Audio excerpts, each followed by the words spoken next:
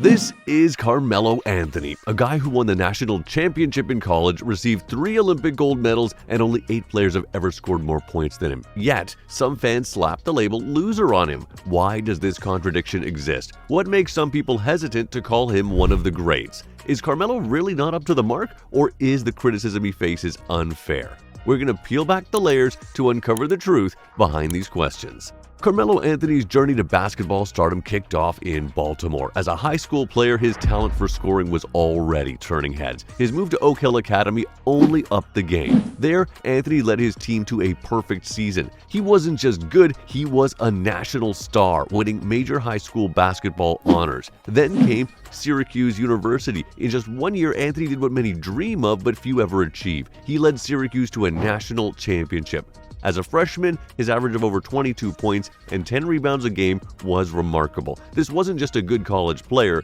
this was a future NBA star making his mark. The 2003 NBA draft was loaded with talent. Names like LeBron James and Dwayne Wade were in the mix. Anthony, picked third by the Denver Nuggets, was right there among them. Expectations were sky high, and Anthony didn't disappoint. Right from his first NBA game, Anthony stood out. He wasn't just another rookie, he was a scoring machine. That year, he helped the Nuggets reach the playoffs and made history as one of the youngest players to score 30 points in a playoff game. Anthony was proving he belonged in the NBA, and not just as a player, but as a star. The rivalry with LeBron James just added spice to Anthony's early NBA years. Both drafted in 2003, both incredibly talented. Whenever they played against each other, it was more than just a game. It was a showcase of two of the best in basketball, each trying to outdo the other. Carmelo Anthony's game was a blend of old-school finesse and new-age scoring. Unlike many of his peers, Anthony mastered the mid-range game. This area, often overlooked in today's three-point-obsessed NBA, was where Anthony shone. This mastery made him a nightmare for defenders in one-on-one situations. His jab step, a move that could freeze any defender in their tracks, was a thing of beauty. It wasn't about speed, it was about the deception, the misdirection that made space for his jumper. Then there was his turnaround jumper. Anthony backing down a defender and launching a fadeaway was a familiar sight. A move that seemed to say, "You can't stop me," even against the toughest defense. And now, Anthony's stylish plays are backed by his solid numbers too. He was a 10-time NBA All-Star and a 6-time All-NBA team selection. He even topped the scoring charts in the 2012-2013 season, averaging 28.7 points per game.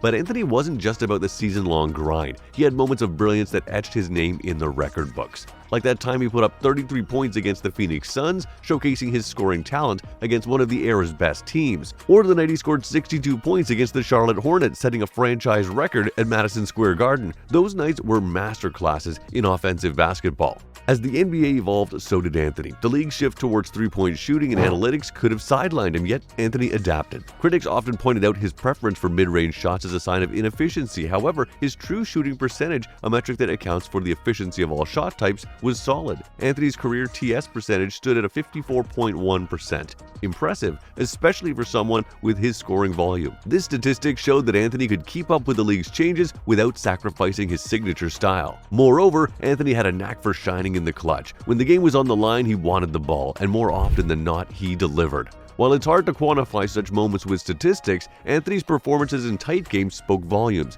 He wasn't just a scorer, he was a player you could count on when it mattered most. Over a 19-year career, reaching the postseason 13 times is no small feat. It speaks volumes about his ability to elevate any team to playoff contention. With Anthony leading the charge, the Denver Nuggets saw playoff action every season from 2004 to 2010. This period underlined his role as the franchise's linchpin, battling through the fierce competition of the Western Conference. After moving to the New York Knicks in 2011, Anthony brought a new energy to the team. The Knicks, hungry for success after years of struggling, found in Anthony a leader who could reignite their playoff aspirations. His arrival turned Madison Square Garden into a buzzing arena once again, showcasing his ability to transform a team's fortunes. However, Anthony's playoff narrative is a complex one. It's filled with as much debate about his legacy as it is with moments of individual brilliance.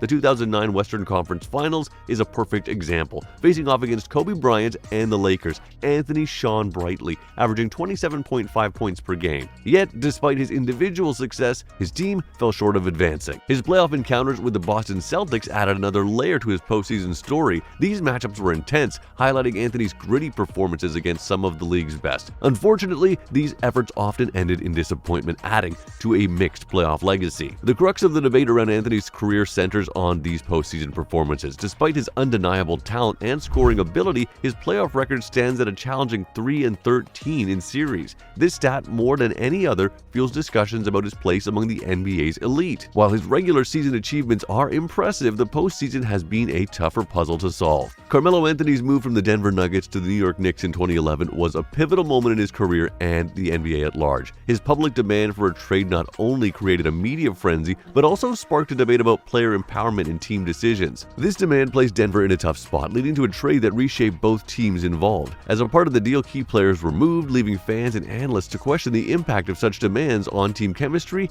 and future success. Anthony's style of play also came under scrutiny, particularly as the NBA evolved. Critics pointed out his preference for isolation plays and mid-range shots, which seemingly increased out of step with the league's shift towards efficiency and three-point shooting. This led to discussions about whether Anthony could adapt his game to fit newer strategies or if his approach was too rigid. His defensive effort was another area of concern, with some viewing him as a liability on that end of the court despite his offensive prowess. The label of selfishness has been a contentious part of Anthony's public image. His scoring-focused game and the dramatic exit from Denver contributed to this perception, yet comparing him to other NBA legends who prioritize scoring reveals a potential bias in how such traits are judged. The lack of an NBA championship further complicates this narrative, as success is often measured by team achievements rather than individual accolades. However, it's important to consider the perspectives of those who have worked closely with Anthony. Teammates and coaches have frequently defended his character and contribution to team dynamics. They highlight his leadership and willingness to support his team, challenging the simplistic view of him as a selfish player. As the NBA embraced the three-point revolution and the pace and space era, Carmelo Anthony's game became a subject of comparison. Unlike Stephen Curry, who transformed the game with his unprecedented three-point shooting, or Kevin Durant, who blended his scoring prowess with the ability to stretch the floor, Anthony's game remained rooted in a different era. While undoubtedly effective in his prime, his preference for isolation plays and mid-range jumpers increasingly contrasted with the league's shift towards efficiency and teamwork. Teams now favored a faster pace and a more open style of play, often leaving Anthony's approach looking out of sync with modern strategies. The concept of hero ball, once a testament to Anthony's clutch performances and ability to carry an offense, began to draw more criticism as his career progressed. Early on, his knack for hitting the big shot and taking over games was celebrated. Yet, as the game evolved and team dynamics shifted towards more fluid ball movement and shared scoring responsibilities, reliance on this style began to be seen as a limitation. In crucial playoff moments when defenses clamped down, Anthony's tendency to go it alone became predictable. The basketball world questioned whether his reliance on isolation hindered his team's ability to progress deeper in the postseason. Carmelo Anthony's basketball story is both amazing and a bit mixed. He was a star in the NBA, making it to the All-Star game 10 times. That's a big deal because it means he was one of the top players year after year. He also did great in the Olympics, winning 3 gold medals and setting records for the USA team. Plus, he scored more points in his career than some of the biggest names in basketball history. But when people talk about how great he was, they often mention what he didn't do. He never won an NBA championship, which is something many people think you need to do to be considered one of the all-time greats. He also never won an MVP award, which is given to the best player of the season. So there's a lot of talk about what if with Carmelo.